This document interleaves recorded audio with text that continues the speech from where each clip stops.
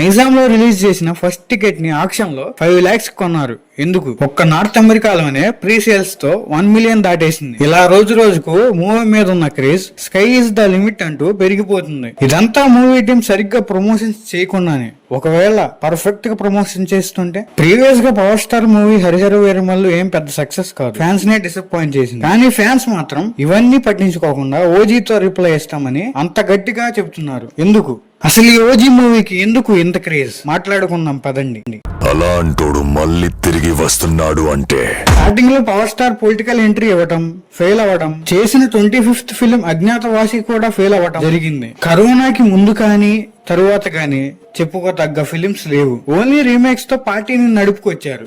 అయితే సరిగ్గా 2.5 years ముందు షూట్ స్టార్ట్స్ అని ఒక టీజర్ వదిలారు. ఆ టీజర్ లో సుజిత్ స్క్రిప్ట్ రాస్తూ పెన్షన్ ని గన్స్ గా మారటం, ఇలా బాగా కట్ చేశారు ఆ టీజర్. అక్కడ మొదలైంది క్రేజ్. అలా రోజు రోజుకు పెరుగుతుందే గానీ తగ్గడం లేదు. మూవీకి హైప్ పెరగడానికి 3 main pillars ఎవరంటే, ఫస్ట్ వచ్చేసి సుజిత్. అసలు who is Sujeeth? Career start చేయడమే రన్ రాజా రన్ మూవీతో స్టార్ట్ చేసి, సెకండ్ మూవీయే బాహుబలి తర్వాత ప్రభాస్ నే డైరెక్ట్ చేసి సాహో తీసాడు. అప్పుడు మిక్స్డ్ టాక్ వచ్చింది. కానీ ఇప్పుడు ఆ మూవీకి సెపరేట్ ఫ్యాన్ బేసే ఉంది. అయితే చాలా మంది ఓజీకి సాహోకి లింక్ ఉంది, ఇది ఒక సినిమాటిక్ యూనివర్స్ అనుకుంటున్నారు. ఇవన్నీ తెలియాలంటే September 25th వరకు వెయిట్ చేయాలి. ఇది కూడా ఒక మెయిన్ రీజనే మూవీ హైప్ పెరగడానికి. ఇక మూవీకి సెకండ్ పిల్లర్ కాదు, మన పవర్ స్టార్. మార్షల్ ఆర్ట్స్ మీద ఇంట్రెస్ట్ తో మార్షల్ ఆర్ట్స్ నేర్చుకున్నారు. వాటిని తన మూవీస్ లో కూడా చాలా యూజ్ చేశారు. అలాంటిది ఇప్పుడు ఓజీ మూవీలో కటానా పట్టుకుని నరుకుతూ ఒక్క ఫైట్ సీన్ ఉంటే, ఆ సీన్ ఒక్కటి చాలు మూవీకి. ఇక థర్డ్ పిల్లర్ మన టెడీ మ్యాన్.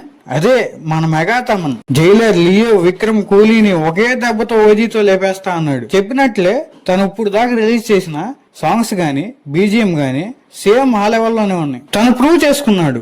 ఈ దెబ్బకి థియేటర్ లో సౌండ్ బాక్సులు బద్దలైపోతాయి. అసలు పవర్ స్టార్ ఫ్లాప్ మూవీస్ కే డేవన్ పెట్టే ఫ్యాన్స్ ఈ మూవీని వదులుతారా? ఇంకేం చేద్దాం అబ్బా.